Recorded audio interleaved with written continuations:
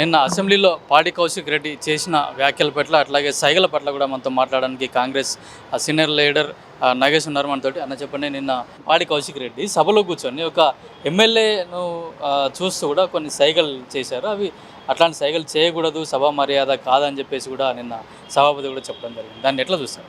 ముఖ్యంగా కౌశిక్ రెడ్డి గారికి, ఒక యువ నాయకునికి మా కాంగ్రెస్ పార్టీ పక్షాన వారికి ఒకటే సూచిస్తూ ఉన్నాం. యువ నాయకునివి, ఉత్సాహవంతునివి, ఇంకా నీకు ఫ్యూచర్ ఉంది. నువ్వు కేటీఆర్, కేసీఆర్, హరీష్ రావు చెప్పినట్టు గిట్ట ఆడినావు అనుకో, నీ కథ ఇంతకే ముగిస్తుంది. ఉరుకులాడకు. రాజకీయము సుదీర్ఘ కాలాలలో కడియం శ్రీహరి గారు దాదాపు మనలాంటి కొడుకులు ఉండొచ్చు వారికి. వారిని గౌరవించే టైంలో ఒక దళిత బిడ్డ వివిధ పార్టీలలో ఉన్నా కానీ కూడా వారి వంతు భాగంగా వారు రాష్ట్ర ప్రజలకు, అదేవిధంగా రాష్ట్రానికి, రాష్ట్ర ఏర్పాటు దిశలో క్రియాశీలకంగా పనిచేసిన వ్యక్తి కాబట్టి ఆయనను గౌరవించుంటే బాగుంటుండే.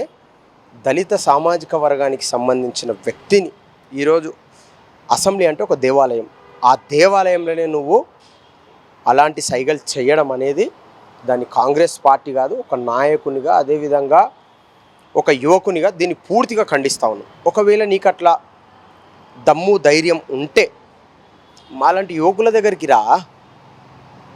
నీకు హుజూరాబాద్ ప్రజలు, హుజూరాబాద్లో నియోజకవర్గాన్ని డెవలప్ చేస్తాడు యువకుడు, ఉత్సాహవంతుడు. ఇక్కడున్న కష్టాలను, అదేవిధంగా రైతులను, అదేవిధంగా నీళ్ళ మీద, నిధుల మీద, అదేవిధంగా విద్యార్థుల మీద కొట్లాడతాడని చెప్పి నిన్ను ఎలక్ట్ చేస్తే నీ అహంకారపూరితమైన మాటలు దేశ ప్రజలందరూ కూడా చూసిండ్రు. చాలాసార్లు కూడా పాడి కౌశిక్ రెడ్డి ఇట్లాంటి విమర్శలు చేయడము, ఎప్పుడు అగ్రెసివ్గా మాట్లాడము, కొన్నిసార్లు అధికారంలో ఉన్న నాయకులను కూడా విమర్శించడం చాలా సందర్భాల్లో ఇట్లా చేస్తున్నాం. అంటే ఇదొక స్ట్రాటజీ అనుకోవచ్చా, లేదంటే బీఆర్ఎస్ పార్టీయే ఎవరో ఒకరు ఉండాలి కదా అని చెప్పేసి వాళ్ళు ఇతను ప్రోత్సహిస్తున్నారు? ఇదైతే బలుపు అనుకుంటాను నేనైతే. చిన్న మొల్లిగాడైతే కాదు, చిన్న మొల్లిగాడైతే కాదు. ఏదైనా సరే క్రియాశీలకంగా ఒక ఎమ్మెల్యే స్థాయికి ఎదిగిండంటే ఆయనకంటూ కొద్ది సొంత తెలివి ఉంటుంది. 6 ఫీట్లు ఎదిగిండు, కనీసం సోయలేదా? ఎవడన్నా చెప్తున్నా నీకు ఈయనేమన్నా పసిపిల్లగాడా, ఏం తమాషనా? ఒకవేళ ఎవడన్నా చెప్పుండొచ్చు, ఈ బుద్ధి లేని మనిషి ఏ విధంగా మాట్లాడతాడు. సరే, ఇదంటే ఎవడో చెప్పిండు చేసిండని అనుకుందాం. మరి పైలట్ రోహిత్ రెడ్డి ఎందుకు ఏంది అంటే, వీళ్ళ బీఆర్ఎస్ బ్యాచ్ అంతా కూడా ఈ విధంగానే ఉంటుంది. బీఆర్ఎస్ నాయకత్వంలో వీటిని పెంచి పోషిస్తారు. రౌడీలను, గుండాలను, హీరోలను, ఇలాంటి వాళ్ళని పెంచి పోషిస్తారు. వాళ్ళు బయటకు వచ్చే విధంగా అంటే ఆయన ఇంకొకటి వీళ్ళకి ఏంటంటే, మీ ద్వారా వారికి ఏం తెలియజేస్తున్నారంటే, వీళ్ళకి పని లేకుండా పోయింది, డబ్బులు రావట్లేదు, నికాసుగా నిజాయితీగా పరిపాలన కొనసాగుతుంది, అక్రమ దందాలు లేవు, భూదందాలు లేవు, కబ్జాలు లేవు, ఏం లేవు. వీళ్ళకి ఇక గతంలో చేసిన పనే ఇంక వీళ్ళకు అంతు చిక్కడం లేదు. కాబట్టి వీళ్ళకు ఇష్టం ఉన్నట్టు మాట్లాడుతూ ఉండరు. ఇష్టం ఉన్నట్టు మాట్లాడితే కూడా ఒక హద్దు బద్దు అనేది ఉంటుంది. కానీ సుదీర్ఘ రాజకీయాలలో క్రియాశీలకంగా ఉన్న వ్యక్తిని అట్లా అనడం పూర్తిగా కాంగ్రెస్ పార్టీ పక్షాన ఖండిస్తూ ఉన్నాం. అంటే ఇప్పుడు కేసీఆర్ కూడా ఇప్పటివరకు కూడా శాసనసభకు రాలేదు. అప్పుడెప్పుడు లాస్ట్ టైం వచ్చిపోయినంటే మళ్ళీ ఇప్పటివరకు కూడా సభకు రాలేదు. నిన్న సీఎం రేవంత్ రెడ్డి గారు కూడా చెప్పారు, సభకు రావట్లేదు, అసలు ₹1 కోటి వరకు, దాదాపు ₹1 కోటి వరకు కూడా జీతం తీసుకుని ఇప్పటివరకు కూడా రాలేదని చెప్తున్నారు. వివక్ష. నేనైతే ఏమనుకుంటున్నానంటే, మా దళిత స్పీకర్ ముందు కూర్చోవడానికి ఆయనకు కొద్దిగా ఎక్కడనో ఇబ్బంది కలుగుతూ ఉన్నట్టుంది. మరిగా నువ్వే ఆలోచన చేసుకోవాలి. మీకు ఇన్నిసార్లు మొరబెట్టుకొని మా గౌరవ ముఖ్యమంత్రి, మా మంత్రులు రండి, ప్రజలకు న్యాయం చేద్దాము, అసలు ఏం జరుగుతుంది రాష్ట్రంలో తెలుసుకోండి, మాకు సూచనలు ఇవ్వండి, సలహాలు ఇవ్వండి అని చెప్తే రాకుండా ఉండడం మాత్రం కరెక్ట్ కాదు. సరే, ఆరోగ్యం సపోర్ట్ చేస్తలేదు అని ఎవరైనా మాట్లాడవచ్చు. అసెంబ్లీకి రావడానికి అసెంబ్లీలో ఏమన్నా మోసేది ఉంటుందా, లేకపోతే ఏమన్నా నడిచేది ఉంటుందా? రావాలా, కూర్చోవాలి, పెద్దోళ్ళు మీరు సలహాలు ఇవ్వాలి.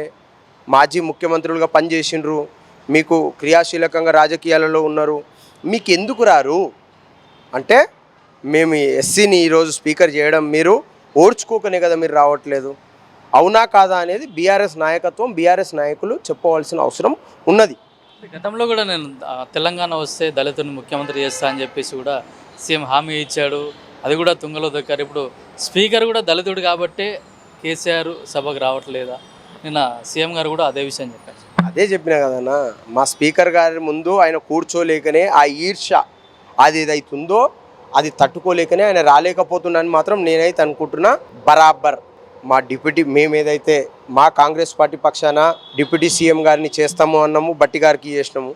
చైర్మన్గా శాసన మండలిలో అదేవిధంగా శాసనసభలో ఈరోజు ప్రభుత్వంలో ఎస్సీ ఎస్టీ బీసీ మైనారిటీ సబ్బండ వర్గాలకు క్రియాశీలకంగా మేము బాధ్యతలు ఏవైతే ఇచ్చినామో అవి ఓర్వకనే సీఎం గారు వస్తలేరని చెప్పి మీ ద్వారా వారికి తెలియజేస్తూ ఉన్నాం. అంటే మొన్న సీఎం గారు కూడా ఒక ప్రైవేట్ ఫంక్షన్లో మాట్లాడుతూ మీడియా దాంట్లో బీఆర్ఎస్ను బీజేపీ రెండు ఒకటే అన్నారు. నిన్న కేంద్ర మంత్రి బండి సంజయ్ కూడా మాట్లాడుతూ కాంగ్రెస్ బీఆర్ఎస్ రెండు ఒకటే అంటున్నారు.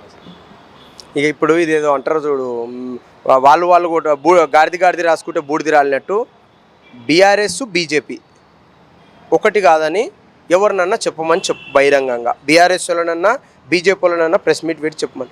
మాకు ప్రతిపక్షమే వాళ్ళు అయినప్పుడు మాకు వాళ్ళ ఎట్లా రిలేషన్ ఉంటుంది, మేము వాళ్ళతో పొత్తు ఎందుకు ఉంటాము?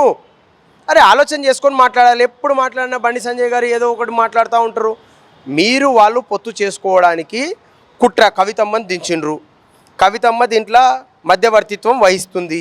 ఏమవుతుందో మీరు చూసుకోక ప్రతిపక్షంలో మాకు ప్రతిపక్షంలో ఉంటేనే మజా అని మా సీఎం గారు చెప్తున్నారు. మీరు అసెంబ్లీకి రండి అని ప్రతిపక్షంలో మీరు ఉండాలని చెప్పి మేము చెప్తున్నాం. లేకపోతే ప్రతిపక్షాన్ని ఖాళీ చేస్తాం మేము దలుచుకుంటే. ఏం తెలియని వాళ్ళు మీరే గతంలో కాంగ్రెస్ పార్టీలో ఉన్న ఎమ్మెల్యేలను కొనుగోలు చేసిర్రు. అన్నీ తెలుసు మాకు, ఎవరిని ఎట్లా తీసుకురావాలి, మీరు చేసిన అక్రమ దందాలు, మీరు చేసిన మంచి, మీరు చేసిన చెడు, అన్ని దందాలు తెలుసు. ఇవన్నీ ఒకవేళ మేము మీ ముందు పెట్టినామనుకో ఆటోమేటిక్ వచ్చి మా వెనుక కూర్చుంటారు.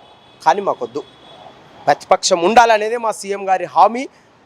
అది ఎట్లుండాలంటే క్రియాశీలకంగా నిబద్ధతతో నిజాయితీతో ఉన్న ప్రతిపక్షం కావాలనుకుంటున్నా. ఇట్లా ఇట్లా ఇష్టం ఉన్నట్టు మాట్లాడి ఎవరిని పడితే వాళ్ళని విమర్శించే ప్రతిపక్షం మాత్రం మేము ఉండొద్దనే 100% కోరుకుంటున్నాం. పాడి కౌశిక్ రెడ్డి ఏదైతే మాట్లాడిండో ఇమ్మీడియట్లీ బీఆర్ఎస్ నాయకులు వారిని సస్పెండ్ చేయవలసిన అవసరం ఉన్నది. ఎందుకంటే బీఆర్ఎస్ పార్టీకి ఒకవేళ నిజాయితీగా ప్రజలలో పేరు ఉంటే మీరు పైలట్ రోహిత్ రెడ్డిని, పాడి కౌశిక్ రెడ్డిని, గతంలో కూడా సీతక్క గారి మీద ఇష్టం ఉన్నట్టు మాట్లాడతాడు నవీన్ యాదవ్.